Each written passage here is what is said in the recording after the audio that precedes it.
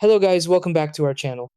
If you're trying to cancel a line on your T-Mobile account using the app, you might expect a simple option right on the screen, but the process isn't always that direct.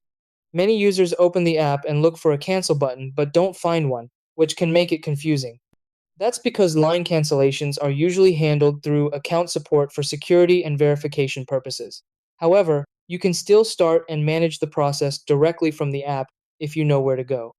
The point is accessing the correct section and submitting your request properly so it gets processed without delays.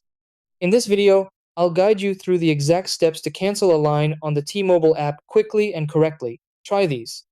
Step 1. Open the T-Mobile app and log into your account. Step 2. Go to the Account or Manage Lines section. Step 3. Select the line you want to cancel from the list. Step 4. Tap on options related to line management or support. Step 5. Choose the option to contact support or request cancellation. Step 6. Confirm your request and follow any instructions provided for completion.